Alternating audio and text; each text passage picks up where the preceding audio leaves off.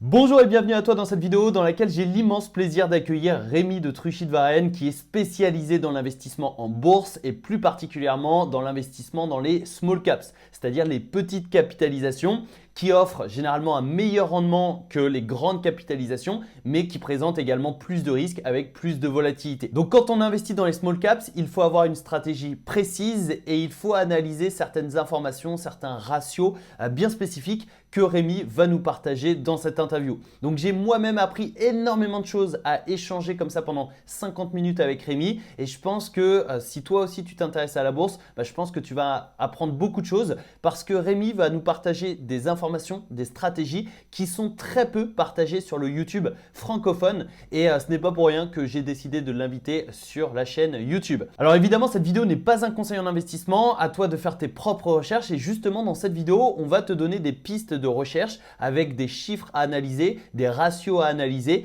et également on va te donner quelques mentors de Rémi, quelques livres à lire pour approfondir tes connaissances et pour te former à l'investissement en bourse. Cela étant dit, passons tout de suite à l'interview et découvrons ensemble la stratégie d'investissement en bourse de Rémi. Let's go!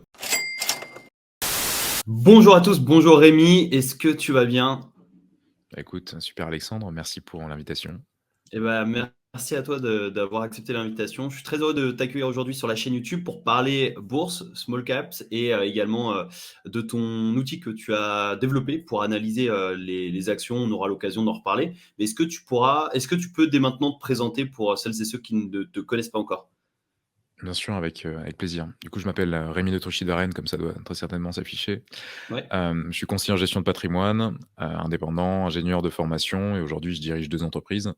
Une entreprise de logiciels qui s'appelle Value Investing Screener, dans laquelle on a notamment créé le logiciel valueinvestingscreener.com, qui est Ok. un stock screener qui permet d'énicher en un claquement de doigts des actions sous-évaluées partout dans le monde. Et je dirige également une société de conseiller en gestion de patrimoine indépendant, spécialisée notamment dans le stock picking de small et mid cap value. On construit et déniche des actions pour des dirigeants et des petits fonds d'investissement. Et on produit également de la formation en ligne, en présentiel, qu'on délivre dans 15 pays aujourd'hui. Ok, pas mal. Et très rapidement, comment t'as découvert la bourse? Comment se sont déroulés tes premiers pas en bourse? Et pourquoi tu as investi en bourse d'ailleurs? Bon, les premiers pas sont familiaux. Du coup, comme tu le sais, je t'appelle depuis Singapour et à Singapour, j'ai un de mes oncles qui était, qui est toujours, même s'il a en gros pris sa retraite en grande partie, conseiller en gestion de fortune pour milliardaires. Ok. Et j'ai un autre de mes oncles qui est également mon parrain, qui avait développé également des algorithmes dans le monde de la finance pour, le Crédit Suisse, pour, la Banque de France également. Et donc de base, ce milieu ne m'était pas étranger comme ça peut l'être pour beaucoup. Je viens également d'une famille aristo comme mon nom l'indique. Le concept de rente ne m'était pas étranger non plus, comme ça l'est pour beaucoup. Je n'avais pas d'objection associée à ça, initialement, c'est tout de même un premier point.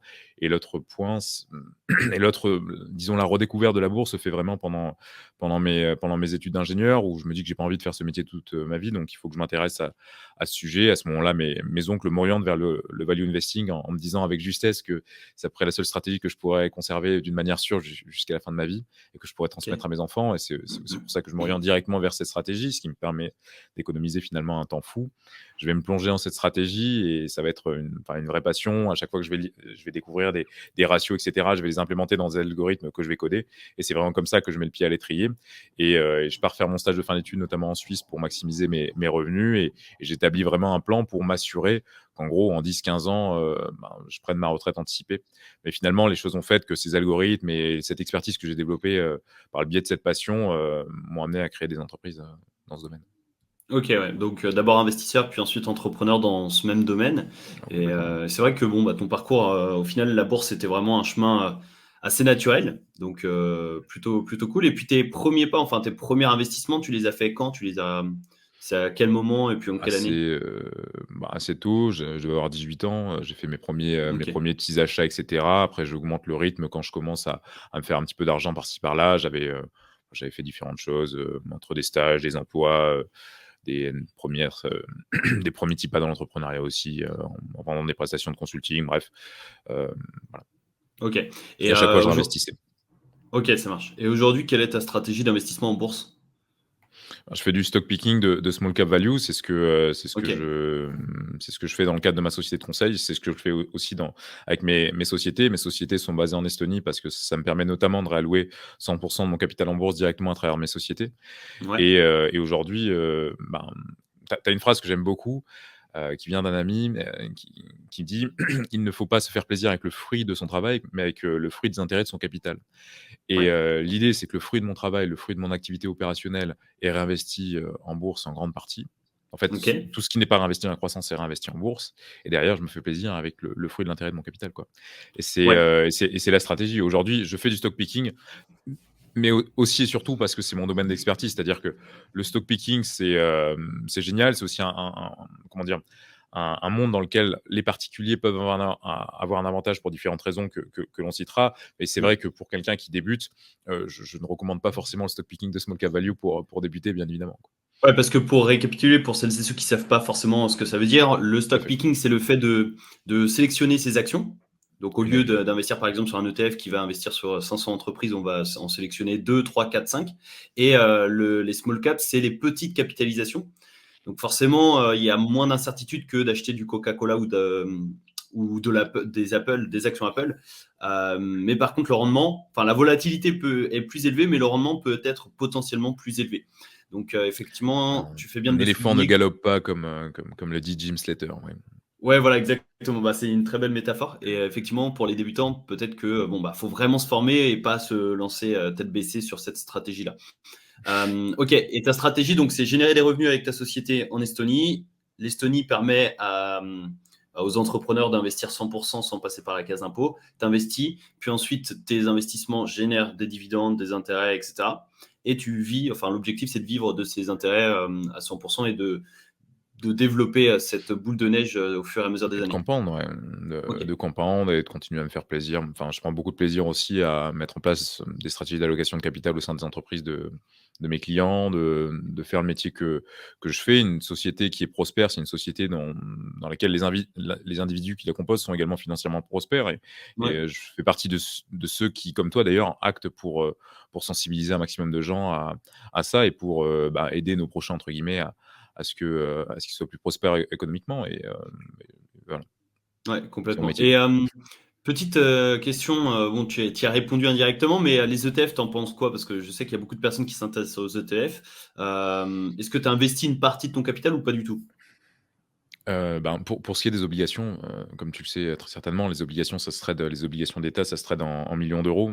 Et Oui, j'ai notamment des obligations chinoises, je suis ami avec la famille Gave et voilà. ok. Et je suis du coup, bien évidemment, une partie de leur stratégie et j'ai une petite partie de mon patrimoine du coup en obligations. Les obligations se traitent du coup en millions et donc tu peux acheter des obligations par le biais d'ETF pour, Ok. ne pas, sachant que je n'ai pas plusieurs millions à ma disposition à investir dans des ETF, enfin dans des En obligations chinoises. obligation, ouais. Les seuls ETF que j'ai, c'est associé à de l'obligataire. Et j'en ai Ok. un tout petit peu. Mais sinon, les ETF, je pense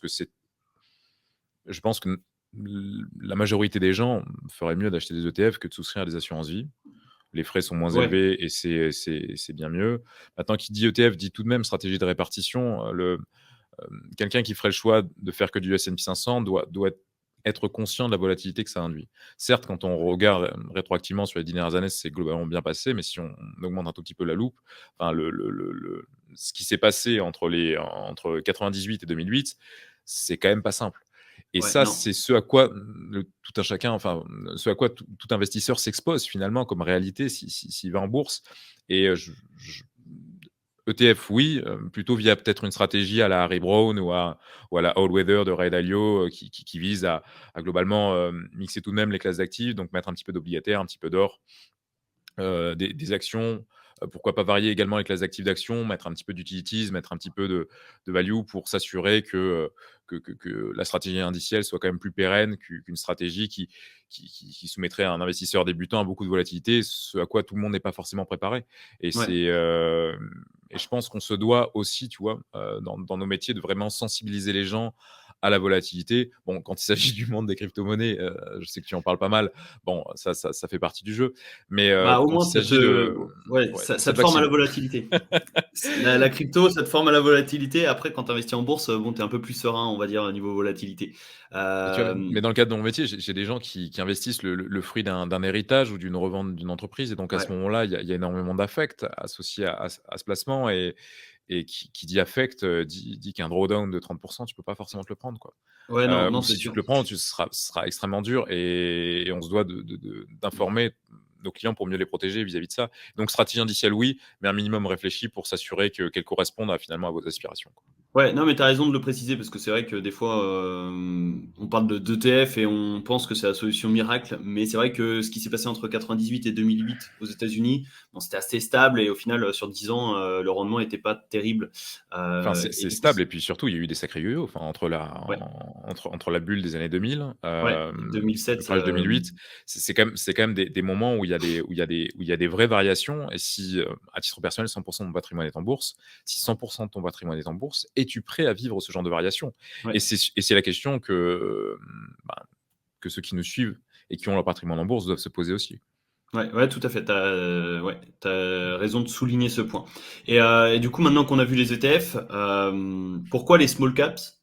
Parce que je sais que c'est ton domaine, enfin, tu l'as dit à plusieurs reprises, c'est ton domaine de prédilection et c'est là où tu investis massivement ton argent. Mais pourquoi avoir décidé les small caps plutôt que les grandes capitalisations? Il y a plusieurs raisons. Je dirais qu'il y a 3 raisons principales. La première, c'est la liquidité. En fait, c'est la seule classe d'actifs en bourse sur le marché public sur laquelle tu as un avantage concurrentiel en tant que particulier. Dans le Ouais, sens où, aujourd'hui, ben, les fonds en Europe ont des réglementations pour, ils sont obligés d'être en capacité, par exemple, de liquider 100% de leur position un jour ou, également, bref, il y a d'autres problématiques aussi associées aux petites capitalisations parce que si un fonds prend plus de 10% de part dans une entreprise, il y a forcément une obligation d'OPA, des choses comme ça, enfin de proposition d'OPA, ce genre de choses. Et donc, en fait, la faible liquidité, c'est le fait que, il y a finalement assez peu d'actions en circulation où le fait de passer un ordre peut prendre plusieurs mois si on arrive avec 10 millions, bien fait que les institutionnels se désintéressent de cette classe d'actifs. Elle est donc moins efficiente. Il y a plus de défauts de valorisation et on est beaucoup moins en concurrence entre guillemets avec des pros. ouais, ok. Et donc, en fait, tu as juste plus d'opportunités vis-à-vis de ça. Donc ça, Ouais, c'est la c'est première comme par raison. exemple Warren Buffett, il peut pas investir sur n'importe quelle entreprise et peut pas investir quand Non, il le en fait, souhaite parce qu'il est c'est obligé ça. En d'entrer fait, sur plusieurs mois. c'est ça. S'il a envie de rentrer sur une boîte qui pèse 200 millions de capitalisation, déjà, s'il y met plus de 20 millions, il y aura des problématiques d'OPA, etc. Le passage d'ordre prendra vraiment du temps. Et par Ouais, rapport au volume qu'il a à traiter, a-t-il envie de se prendre autant la tête pour seulement 20 millions? Sachant qu'il ouais, a 500 milliards à gérer, quoi. Donc, vraiment, ça induit un désintéressement total des gros poissons, ce qui est très intéressant pour nous.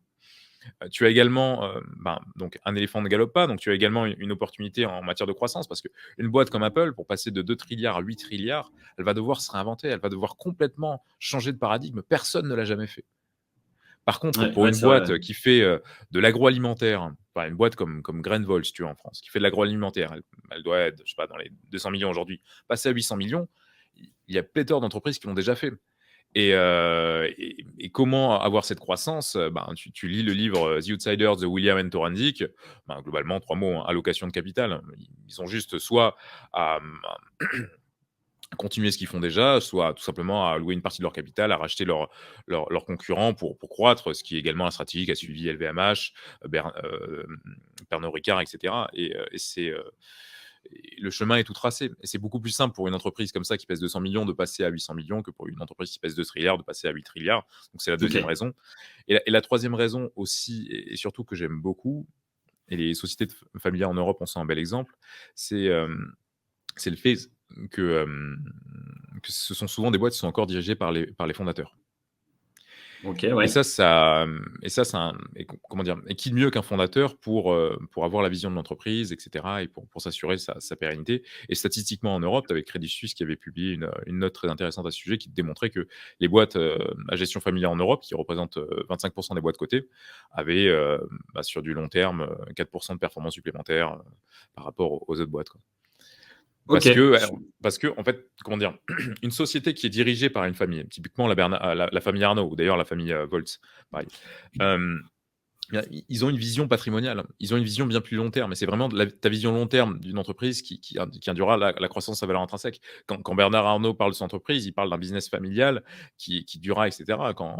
Et donc, du coup, il a vraiment toute sa stratégie est tournée vers l'allocation de capital et la croissance du patrimoine. Carlos Ghosn avait une stratégie un petit peu différente, dont il a financé son anniversaire au château de Versailles avec les sous de Renault, quoi. Et c'est vraiment l'idée et ce qui me fait notamment choisir les small caps. D'accord, ok. Super intéressant parce que c'est vrai que ce genre d'infos, très peu de personnes en parlent. Et pourtant, c'est vrai que c'est la structure même de la stratégie d'une entreprise. Donc, super intéressant. Et par contre, comme on l'a dit, les small caps, ça peut être difficile à analyser parce qu'il y a de la volatilité, etc. Et comment toi, tu analyses une entreprise et comment tu te dis, OK, cette entreprise, elle est intéressante et je vais l'ajouter à mon portefeuille? Premièrement, mon analyse n'est jamais graphique. OK. Comment dire? Tu te En concentres fait, sur le fondamental. à court terme, le marché vote, à long terme, il évalue. Je vais vraiment me concentrer uniquement sur le fondamental et bien évidemment, le rapport du prix actuel de l'entreprise par rapport à ce qu'elle vaut. Et donc la première analyse, elle va être financière. Elle va être financière où je vais m'intéresser finalement à 3 points qui vont être, la valorisation, la gestion et l'avantage concurrentiel. La valorisation, c'est finalement combien est-ce que ton entreprise vaut par rapport à ce qu'elle génère. OK.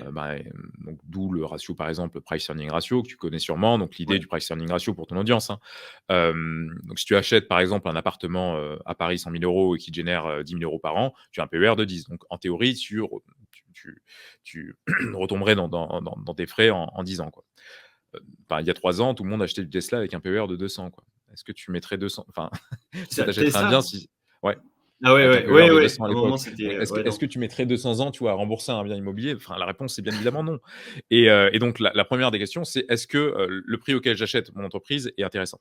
La boîte, qui aura en description dans le portefeuille que je construis sous vos yeux, Ouais. bon, pour l'attiser Kinetic Development Group, qui est une société, dans le charbon en Chine qui m'a versé l'année dernière plus de 20 de dividendes, C'est actuellement beau. encore, elle a un PER de 2. Un C'est-à-dire que PER de 2. OK.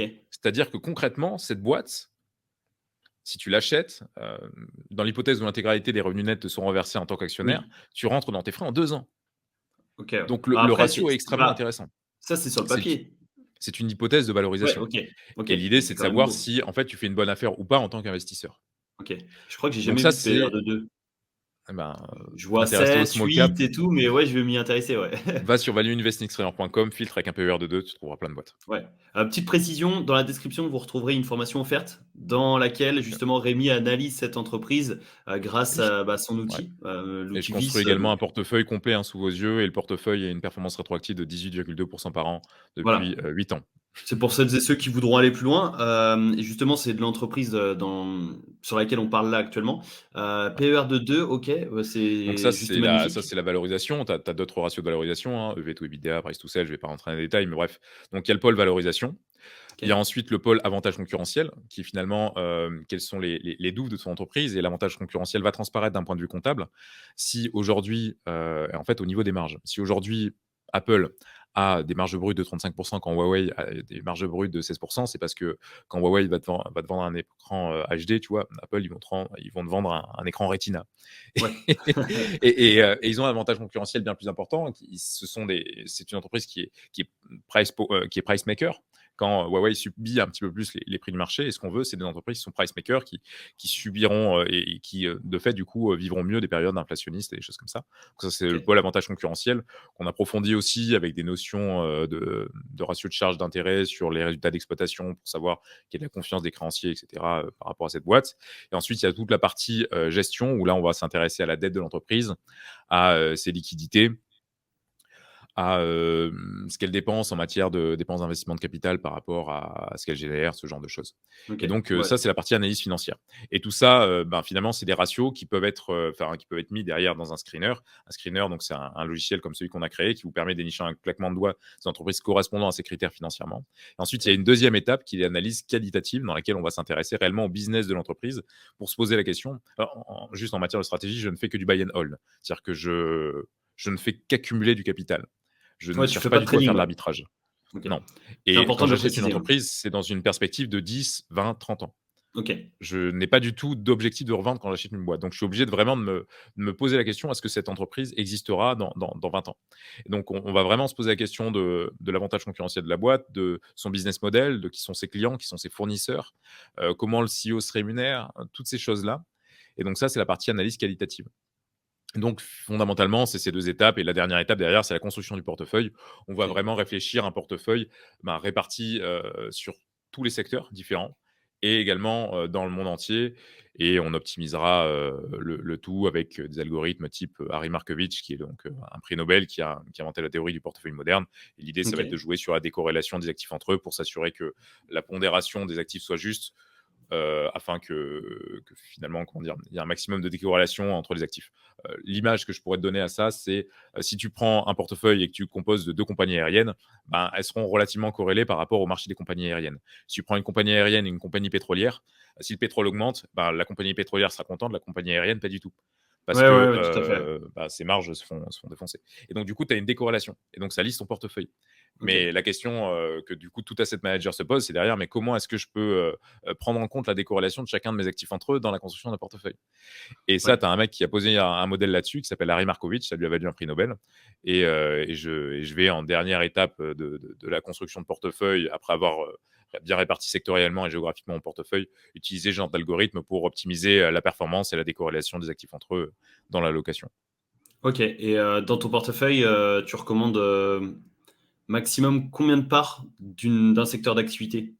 Enfin, est-ce que c'est à part égale ou est-ce que tu vas plus pondérer un secteur d'activité plus qu'un autre ou c'est vraiment part égale et tu réajustes au fur et à mesure des Non, années? non, ça va vraiment être pondéré par rapport, notamment aux résultats de mes algorithmes. Mais après, Ok. c'est globalement des proportions qui sont entre guillemets, «connues» dans les différents modèles, d'asset management. C'est-à-dire que tu as des real estate investment trusts, donc des REITs, donc de l'immobilier Mhm. coté en bourse. Ça va jamais être, en gros, c'est toujours entre 5 et 15 du portefeuille. Les sociétés minières, notamment dans l'or, c'est toujours, entre 4 et 10. Ok. Et ensuite, la proportion exacte est associée soit à ton objectif, c'est-à-dire à ce que tu veux un maximum de performance ou un minimum de volatilité, Ok. soit également à tes sensibilités, quoi. Ok. Super. Intéressant. Et je reviens sur le PER. Toi, est-ce que tu as un PER maximum où tu veux pas dépasser? Alors, pas vraiment, parce que le PER est à Ouais. pondérer, Oui. en fait avec les performances de l'entreprise via ce qu'on Oui, c'est appelle vrai. donc, le PEG, donc le Price Earning Growth, parce qu'il est préférable d'avoir une entreprise avec un PER de 25 et une croissance de 30 qu'une entreprise avec un PER de 10 et une croissance de 10 sur du Ouais. long terme. Ok. Ok. Donc Ça, tu c'est un compares les concept deux qui et vient ok. d'ailleurs de Peter Lynch. Et en fait, puisque ce concept, j'ai mis en place mon propre modèle d'évaluation de la valeur intrinsèque, qui s'appelle l'EVOI, qui est en fait un espèce de PEG amélioré où en fait on va pas prendre la market cap, mais on va prendre finalement ce que l'actionnaire paye réellement. C'est-à-dire que si tu achètes une pizzeria, tu vas acheter ce qu'on appelle l'entreprise value, c'est-à-dire le prix auquel tu vas payer l'entreprise, euh, plus la dette de Ouais. l'entreprise, moins son cash, ce qu'elle a encore dans le tiroir caisse. Ok. Exemple, si tu achètes une pizzeria à 100 000 euros et qu'elle a 200 000 euros de dette, tu l'achètes en réalité 300 000 euros. Mais s'il y a encore 50 000 euros dans le tiroir caisse, et ben en fait, au total, c'est pas 300 000 euros, c'est 300 000 moins 50 000, donc tu as 250 000. Ok. Donc ça, c'est l'entreprise value. Et ensuite, le résultat net aujourd'hui dans les normes GAP, c'est plus ce qu'il y a de plus fiable d'un point de vue comptable pour évaluer ce qui te reste à la fin de la journée en tant qu'actionnaire, c'est plutôt le free cash flow.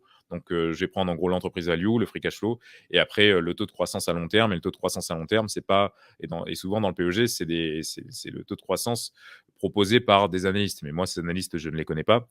Je ne sais pas comment ils ont évalué ça. Donc je vais plutôt prendre ce qu'on appelle le taux de croissance à long terme, qui est le SGR. Ok. Donc le SGR, c'est le return equity multiplié par 1 moins dividende sur bénéfice par action, ce qui permet de mesurer d'une manière plus juste la croissance de la valeur intrinsèque à long terme parce qu'elle est intrinsèquement corrélée avec la performance du rendement de ton capital. Donc je vais moyenner du coup le SGR et le taux de croissance des ventes également parce que c'est quelque chose qui est bien moins manipulable pour avoir finalement mon taux de croissance global. Et c'est ce qu'on appelle l'EVOIC que tu retrouveras sur Value Investing Screener vu que tu as accès Ok, au ça marche. Bah, logiciel. ouais, Et tu j'irai peux voir ça filtrer après. des boîtes en fait, qui ont un bon EVOIC, donc un EVOIC entre 0 et 1, et donc qui ont une super valorisation de ce point de vue-là. Ok, super. Et ok, j'irai voir sur l'outil après par rapport à tous les tous les ratios que tu nous donnes, parce que c'est vrai que ça fait beaucoup de chiffres, mais quand tu les maîtrises, bah, c'est là où tu peux performer et tu peux Bah, développer ton patrimoine. on a mis une formation dans le logiciel, hein. Ouais, voilà, oui, oui, non, Toute la c'est pour ça, masterclass ouais. 3 est associée justement à ces notions de ratio de valorisation et avec le modèle également qui est plus proche de celui qu'utilise Warren Buffett, qui Ok, utilise un modèle du coup qui est plus proche du discounted free cash flow selon ses dires, quoi. ok, bah tu fais bien de le préciser. Et petite question, enfin combien d'entreprises différentes tu as dans ton portefeuille à l'heure actuelle? Actuel, j'en ai 18, Ok, donc REITs inclus. Mais, ok, en fait, comment dire? Tu as un modèle, tu as une étude très intéressante qui a été faite par Robert Ekstrom qui te montre que plus tu focalises ton portefeuille, plus tu es ouais, performant. Honnêtement, j'aimerais en avoir même encore moins, mais, c'est super dur mon taf, c'est d'analyser des belles boîtes, tous les jours, quoi. ok. Et c'est super dur de se restreindre. Ouais, ouais, c'est vrai qu'on parle souvent de diversification, mais des fois, trop de diversification tue la diversification. Ouais, trop de Donc, diversification tue ton rendement. En fait, plus tu focalises ton portefeuille, plus tu obtiens de rendement. Tu as une étude très intéressante de Robert Ekstrom à ce sujet, qui est dans la formation que je présente. Et c'est super important de savoir focaliser son portefeuille. La diversification, c'est le rempart contre l'ignorance. Mais, mm. mais c'est pas simple. C'est pas simple. Ouais, bah surtout quand tu analyses tous les jours et que tu vois plein de belles boîtes et que tu as envie de les acheter, Bien sûr. faut Et de s'y participer à contraindre. leurs assemblées générales, etc. Ouais, bah ouais, bien sûr. Ouais. Ok, bah, très intéressant. Donc 18, ok. Et uniquement des small caps, 100% de small caps? Non, non, il y a 13 small cap. Ok, En fait, j'ai ok, également un portefeuille, c'est hyper important les small caps dans un portefeuille. C'est vraiment là où tu vas avoir un excédent de rendement, de la décorrélation et cetera. C'est aussi un point que j'ai pas souligné vis-à-vis des small caps, mais c'est qu'elles ont beaucoup plus de décorrélation par rapport au marché. Tu ok, peux vraiment, être plus résilient du coup vis-à-vis de ça. Mais, ceci étant dit, elles vont être très performantes dans une période de récession, sur un rebond suite à une récession. Par contre, dans la confirmation d'un cycle d'expansion économique, ce qu'on a connu en gros entre 2013 et 2020, ouais, là, les small caps vont être moins performantes. Et à ce moment-là, il faut être corrélé au marché. Donc, j'ai également une proportion de mon portefeuille corrélée au marché, parce que le marché boursier, en soi, je l'aime bien. Et si tout va bien, je suis content d'y être exposé. ouais. Et à ce moment-là, eh bien, il faut acheter des large caps. Et j'ai également un petit peu de ce qu'on appelle de real estate investment trust, donc qui sont des sociétés qui font de l'immobilier, qui sont cotées en bourse. Ok. Mais après, 13 sur 18, ça reste quand même une majorité de small Ouais, caps. tout à fait. Ok. Bah, très intéressant d'avoir ce point de vue-là entre small caps, large caps, etc. Et Tout est dans la balance. ouais. Voilà. Et tu nous parles beaucoup de noms d'économistes, etc. Est-ce que tu peux nous citer quelques-uns de tes mentors? De mes mentors, spirituels ou Ouais, concrets? spirituel ou bon, les deux, si tu veux, spirituel ou concret. En mentor concret, déjà, il y a Passy Avia qui était l'année dernière élu le fonds manager numéro 1 au monde dans le stock picking de Small et Ok. Mid Cap Value, qui est un Finlandais qui est un de mes mentors. D'ailleurs, il y a une interview de lui sur ma chaîne YouTube Par le long terme. Ok. Il y a Louis-Vincent Gave aussi, qui est donc le fils de Charles Gave, qui a créé GaveCall, qui gère 3 milliards en gestion d'actifs en fixed income et qui conseille également Cathy Wood sur la gestion D'accord. macro-asiatique. Voilà. Ok, Ça, c'est intéressant ça. mentor plus concret. Et mentor spirituel, je dirais Francisco Gracia Parames, c'est le Warren Buffett espagnol. C'est un mec brillant qui a écrit un très bon livre édité chez Valeur Édition. C'est des copains, je vous recommande d'acheter vos bouquins directement via eux.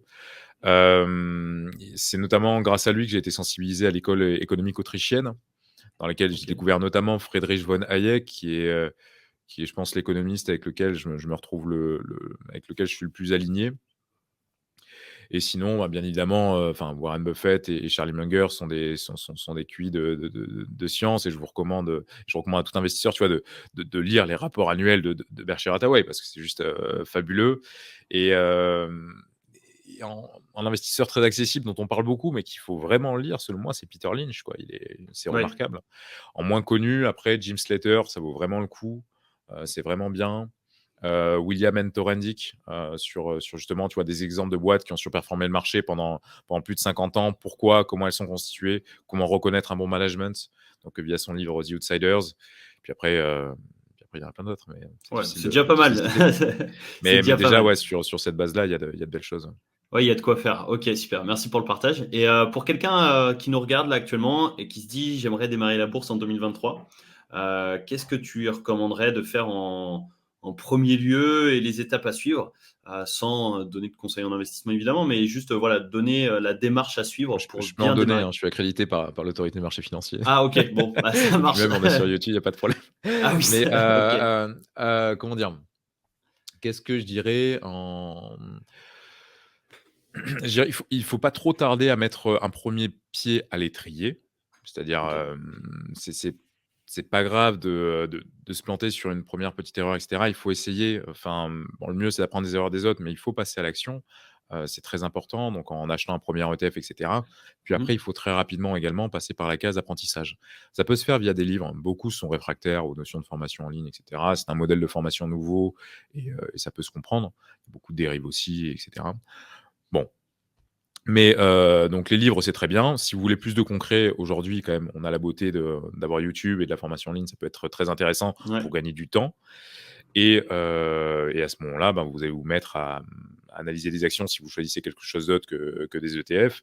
Et l'étape d'après sera aussi de s'équiper de bons outils si vous n'avez pas envie de pêcher les poissons à la main, mais plutôt d'y aller avec un bon filet pour les choper tout d'un coup. Et c'est le principe d'un screener, quoi. Mais, Ouais, ouais, mais ouais, c'est à tout ce à moment-là fait. que je parlerai de Value Investing Screener. Bah, est-ce que tu Mais peux nous en sinon, parler justement après, juste après Mais sinon, l'étape, en tout cas, je pense que commencer par des ETF, c'est important en 2023. Et n'oubliez pas de vous diversifier tout de même. C'est-à-dire qu'un ETF type S&P 500, c'est quand même assez fragile. C'est exposé Ok. uniquement à un secteur qui est, enfin, à une zone géographique qui sont les États-Unis. C'est surpondéré sur le pôle technologique et c'est surpondéré sur des large caps qui ont aussi leurs problématiques. Donc, n'hésitez pas à au moins mixer un ETF large cap et un ETF small cap qui puisent dans deux zones géographiques différentes. Et si vous voulez un petit peu moins de volatilité, n'hésitez pas à ajouter aussi un petit peu, pourquoi pas, d'obligataire. Pour ce qui est du screener, bah, l'idée d'un screener, vraiment, c'est ça. C'est-à-dire que si tu choisis la voie du value investing et donc tu te mets à analyser des boîtes sur la base de leurs états financiers, bilan comptable, compte de résultat, flux de trésorerie, ça prend une plombe, quoi. Et c'est Ouais. vraiment comme si tu te mets à pêcher surtout au début, tu vois, tu essaies de pêcher les poissons à la main, c'est infernal, quoi.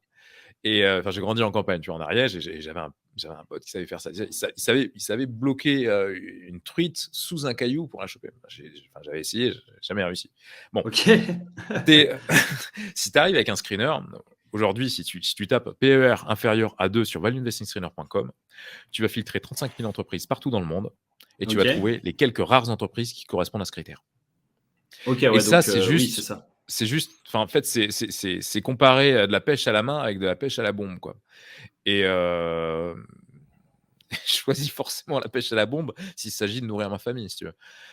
Et ton patrimoine, c'est ça. En fait, c'est bien de penser éthique, etc., quand il s'agit de trier ses déchets, mais c'est bien de penser responsabilité quand il s'agit de son patrimoine.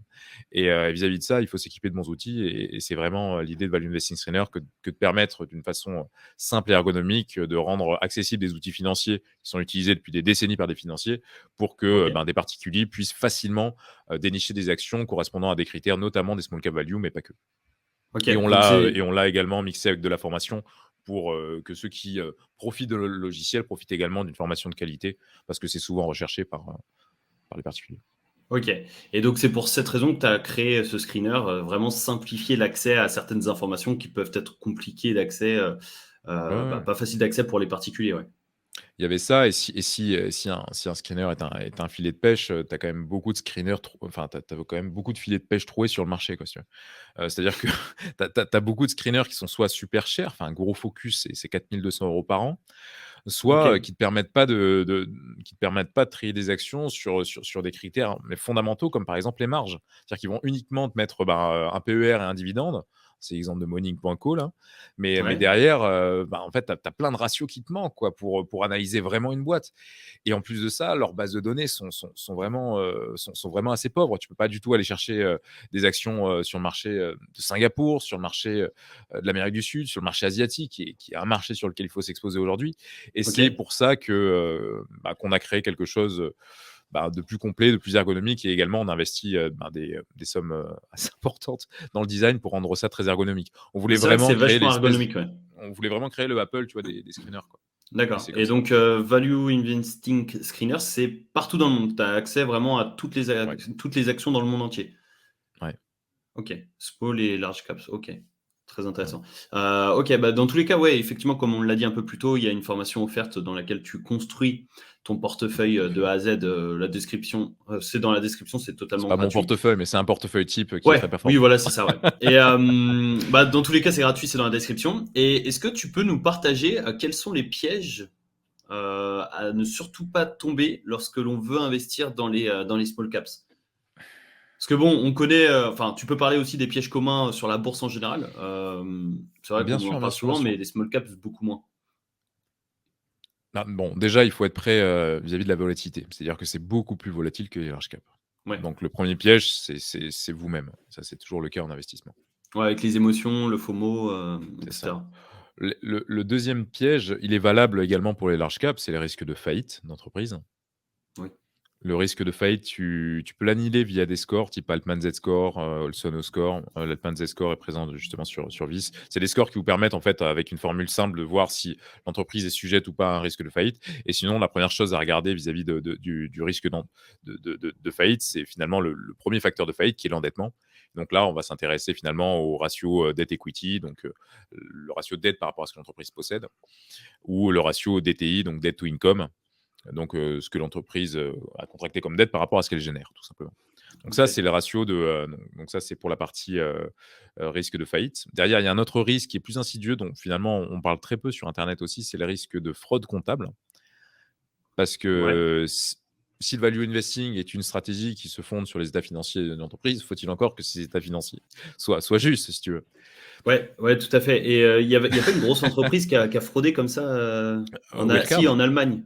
C'est quoi? Wirecard en Allemagne, Exact, voilà, c'est c'était ORK. il y a 3 ans. Et Ouais. tu as un ratio qui te permet d'annihiler ce risque, ou en tout cas de le prévenir d'une manière statistiquement très bonne. C'est le Banish M-score, qui est présent OK. également sur Vice, et qui te permet justement d'anticiper ce genre de risque de fraude comptable, et qui aurait permis, et dans l'histoire boursière, t'en as, bah, d'ailleurs, c'est souvent des boîtes financières. Et l'affaire Enron, c'est pareil. Tu avais également une boîte d'utilities américaine qui avait OK. fraudé. Enfin bref, c'est Mais des choses comment qui vous arrivent. Et calculez donc, ce ratio du coup? la formule est assez complexe, mais en gros, Ouais, c'est j'imagine. un ratio qui va. Tu tapes Banish M-score sur Google. OK. C'est un ratio qui se base sur les fondamentaux, et qui va se baser sur des irrégularités. Par exemple, je vais donner un D'accord. exemple assez simple, mais si tu as un spread, enfin, donc un différentiel énorme entre ton résultat net et ton free cash flow, ça veut dire OK. qu'il y a peut-être un petit. Bah, après, c'est à vérifier, hein, mais tu as peut-être des dépenses d'investissement de capital qui étaient censées être des dépenses d'exploitation. Et en fait, on les a fait passer en dépenses d'investissement de capital pour booster ton bénéfice par action et donc ton PER, pour que Wall Street OK. valorise mieux cette boîte, alors qu'en réalité, elle est méga déficitaire. OK, d'accord. OK. Et ça, Donc tu vois, en fait, c'est de l'optimisation comptable. Et ça, en fait, tu as plein de méthodes d'optimisation comptable. Et ouais. mon rôle aujourd'hui aussi, c'est de savoir les détecter, en fait. D'accord, OK, ça marche. Ouais, donc j'imagine la formule est assez complexe, mais on Mais y a c'est plutôt accès, fiable, ouais. OK, Ouais. ça marche. Ouais, mais c'est intéressant parce que c'est vrai que bon, c'est un truc, qui est très difficile à repérer, sans avoir les bons outils avec les bonnes formules. C'est quasi impossible même. Hem, C'est également présent sur Vol Investing Screener, hein. Un d'accord, OK. clic Et c'est quoi le et t'as ça. ratio, sur Vice?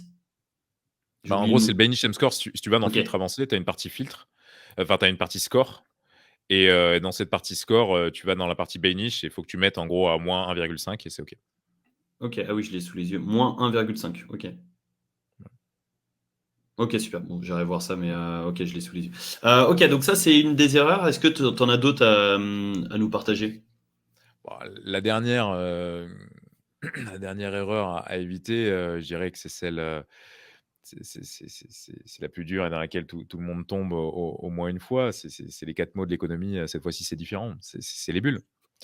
Ouais, Ça fait 4 siècles qu'à chaque fois qu'on dit: «Cette fois-ci, c'est différent», en règle générale, il faut se barrer en courant.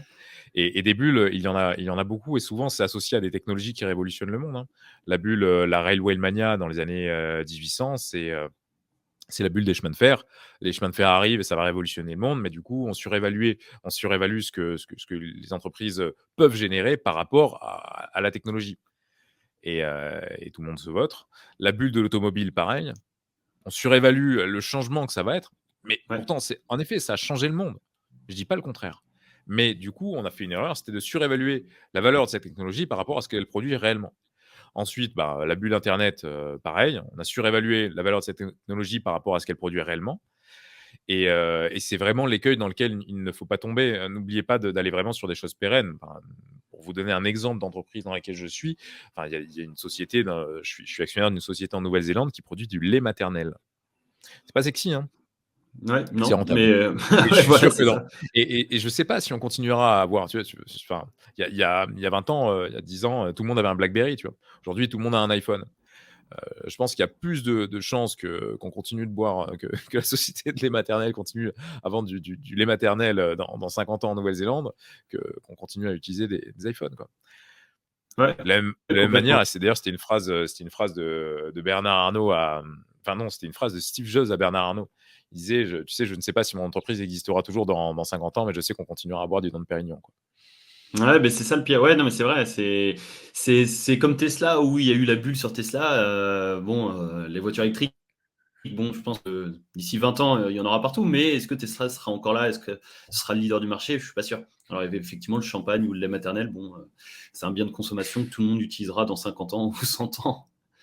Ok, très intéressant Tout à fait. comme point de vue. Et toi, personnellement, quelle est ta plus grande erreur en bourse? Parce que j'aime bien poser cette question-là à toutes les personnes qui interviennent sur la chaîne.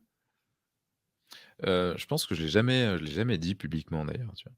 Moi, Ah, je vais te la dire. Ce sera la petite exclue, parfait. sur ta chaîne.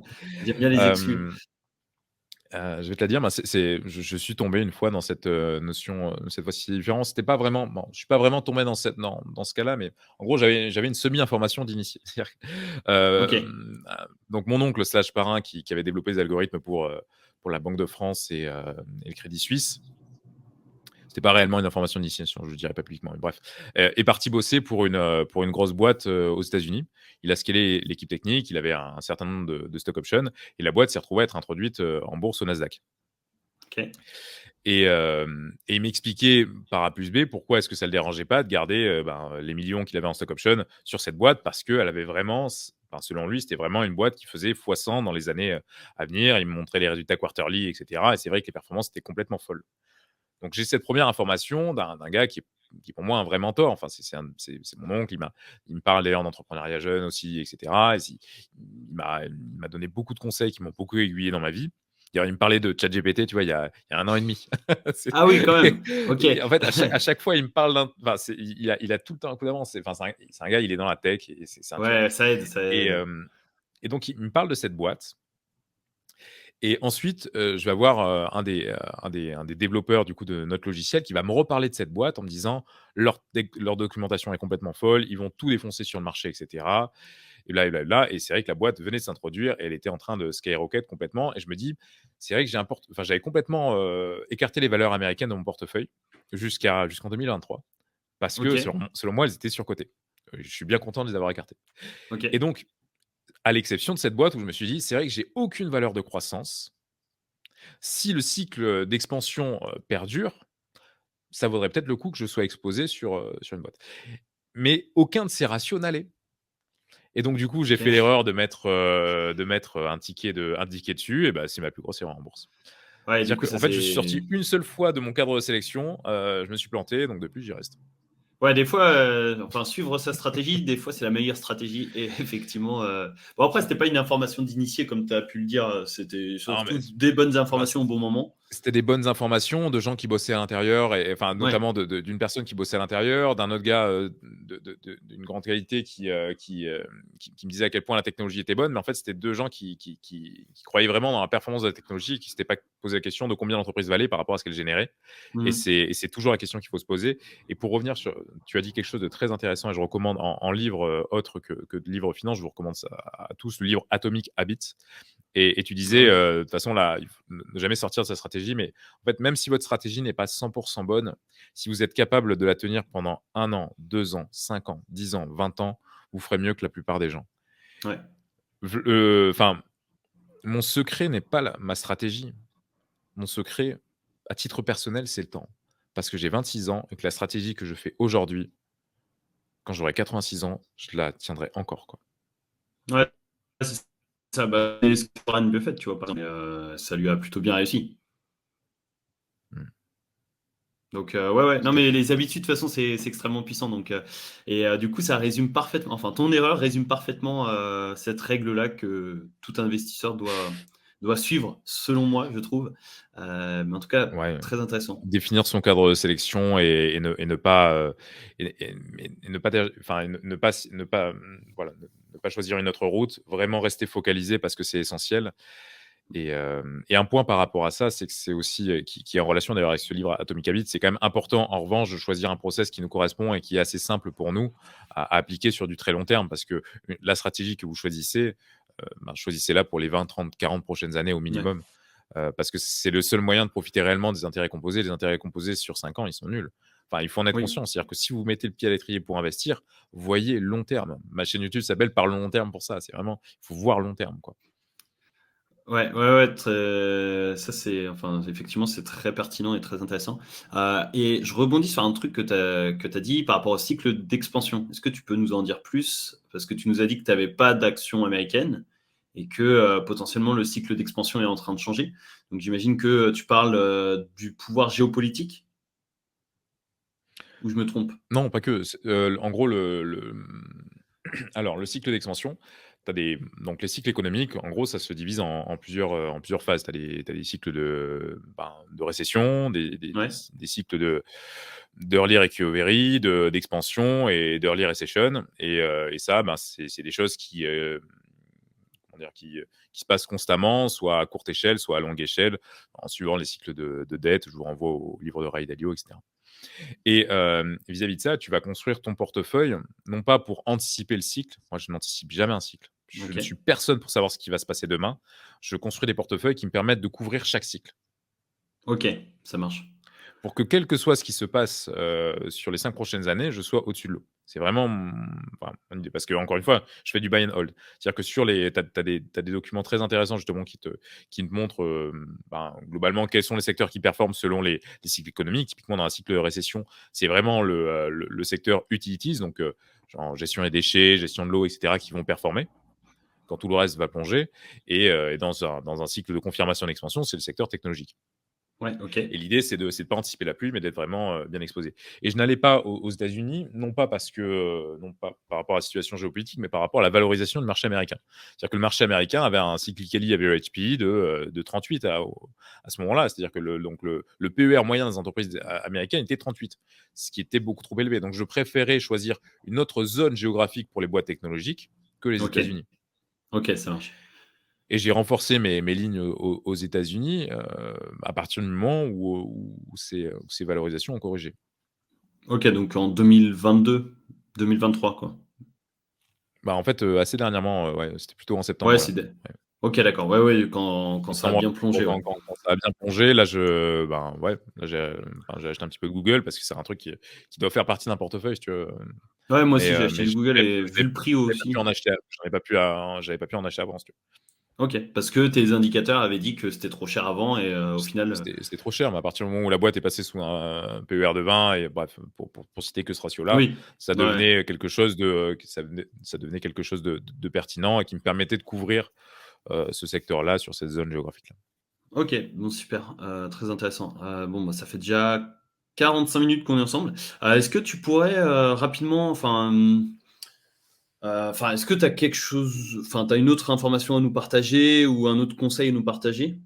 Parce que j'arrive au bout de mes questions, je t'avoue que Peut-être un point, n'hésitez pas aussi et surtout à faire attention au mouvement des initiés.